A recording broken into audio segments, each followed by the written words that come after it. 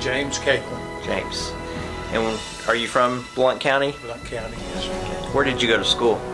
I started out in the first grade at Oakview on Illajoy Road. Hubbard later on when they closed Oakview, and then Porter. Moved to Chicago in 1963. I moved back to Tennessee and graduated in the middle of the year 1964. From which school? From Wallen. Wallen High School. Okay.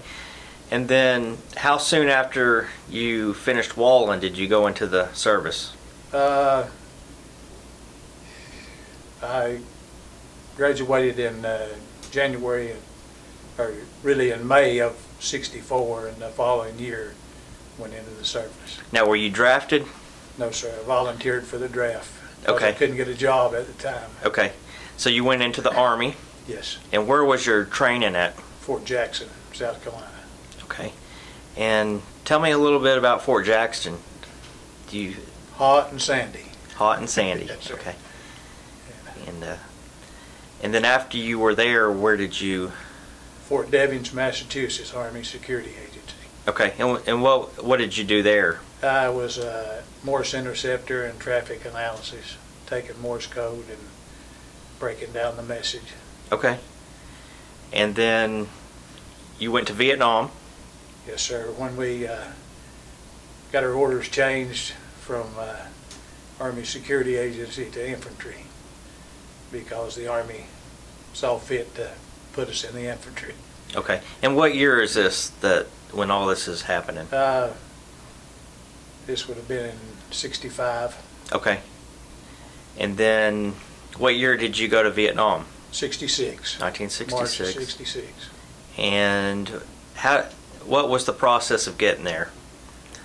Well, left Knoxville, flew to Oakland, California, and we were processed out there, and then flew into Saigon. Okay. And when you landed in Saigon, tell me what the experience was like. Different. Different. It, of course, landing in Saigon, it was like a city, but we went probably immediately to the military base. And okay. then you started seeing, just everything in security and, military type situation. Mm-hmm. So, at the time when you got there, tell me about the Vietnam War. Was it getting? It was building up. Building up. Okay. Yes. And were you thrown into missions or action? Most immediately. Immediately. Okay. Yes. And you were with the 1st Infantry Division. Yes, sir. 2nd 28th Infantry. Okay. And we were based at La Caille. Okay. What part of Vietnam is La Caille? Probably about the middle. Okay. We were on Highway 1. Highway 1. Called it Thunder Road. Okay. And what was your job? I started out as a machine gunner. Machine gunner. And the weapons squad. Okay. And did your unit see a lot of action? Quite a bit. Quite a bit. Yes, sir. Mm-hmm. I started out as a machine gunner, and we went on alert one morning at 3:30, and we went out on a mission. It's supposed to be a sweeping mission, and it ended up being an all-day thing, and had several people wounded. Had an F-16 shot down right outside of our base camp. Wow. Then later on we went on another mission, and we were hit by friendly fire. Mm-hmm. Had a newspaper reporter, didn't do what he was told to do, and he marked our location with the same color smoke that the bird dogs was marking targets. Oh, okay. And the 3 aircraft lined up for their mission, and the first aircraft hit our unit. We Wow. had 72 wounded and 8 killed. Oh, wow. And Now, this is in 1966? yes, sir. Wow. Were you wounded on that day? No, No. sir. But you were wounded in action. Yes, I was. Tell me about when you were hit. Well, we were on a search and destroy mission in the Orange Triangle, and myself and another squad leader with our radio operators was checking out a trail, and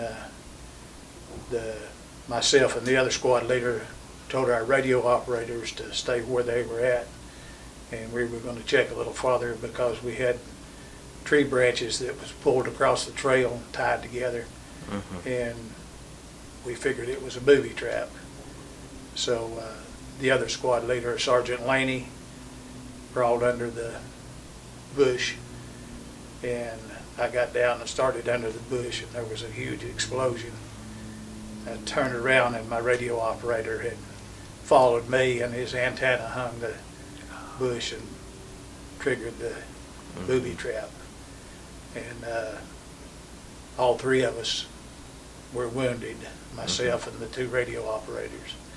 Sergeant Laney didn't get hit because I guess he was shielded by us.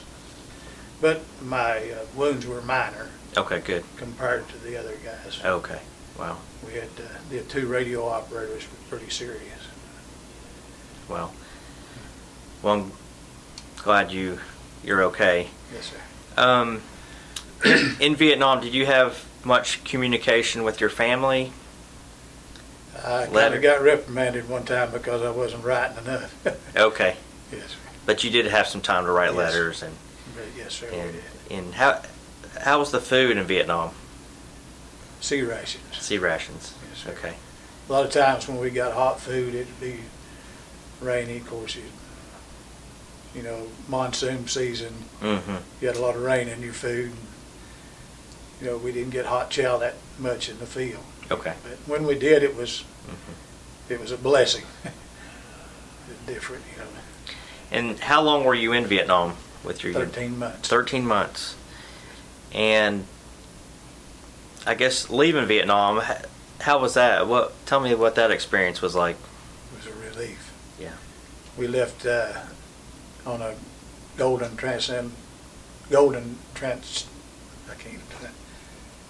Like a transport? Golden Continental. Okay, transport. Yeah. Good. It was it wasn't a military flight. Okay. And where did you leave from Saigon? Yes. And then where did you fly to? Oakland. Back to Oakland. Back to Were there protesters out there? Wasn't a good sight. Okay. No, sir. And I guess y'all just try to get through there as quick as you could, and Yes, sir. Tried to. We thought things were going to be good for us, and turned out to be kind of a different situation. Most everyone tried to get rid of the uniform as soon as possible because, the things that were going on in the protest. And after Oakland, where did you go? When I came back, I went to Fort Hood, Okay. Texas. And during my leave from Vietnam, I was hospitalized at Blount Memorial with malaria. Oh, wow. And then I was in the hospital, and I was picked up by a military ambulance and took to Fort McPherson, Georgia. And then I was released to finish my leave, and then went to Fort Hood. Okay. And then did you get out of the Army soon after that? No, sir. I was in for 9 years. 9 years, okay. Yes. Did you, where else did you serve in? I left Fort Hood, Texas, and was in Alaska 2.5 years. From Alaska, I came back to the lower 48s, and I was assigned to Fort Campbell. But I was called during my leave time, and I had to report up there, and they changed my assignment, and I got assigned to Fort Jackson, South Carolina. Okay. And what was Alaska like, serving up? Very cold. Very cold. Yeah. 24 hours of dark, for about 6 months or a little longer, and then 24 hours of light. Horrible mosquitoes in the summertime. Oh, wow. And then after you got out of the Army, after 9 years, you came back to Blount County? Yes, I got out in April of '73. Okay. And I had a job when I got out, but they gave me a card to go to Alcoa Aluminum Company. And I got out in April and went to work at Alcoa in June. Okay, good. And stayed there until January 2009. Okay, awesome. So, you know, today you served in Vietnam and Purple Heart recipient, and now many Americans thank you for your service. So tell us what it's like in 2016 to be a Vietnam veteran. We're received today. Yeah. Even more so by the younger generations, and I guess the generation that I was in then, you know, later on their attitudes changed. You know, it's different today. Yep, it is. Thankfully, I have a lot of young people thank me for my service, and you know, well, all ages really. Yeah. Yeah, and we're so thankful that our Americans thank especially our Vietnam veterans. I mean, you've really earned it. And anything else you want to share on this interview? Not really. No. I just appreciate our people today. They're defending our country. I know it's a lot different situation for them. You know, like it was for us. It's completely different from what it was for us. But I'm glad that they're being received different. I am too. Yeah. Well, we really appreciate your service and grateful for you, and that you came back, and you've been in Blount County, and just thank you for this interview today. Thank you. Thank you, Dave.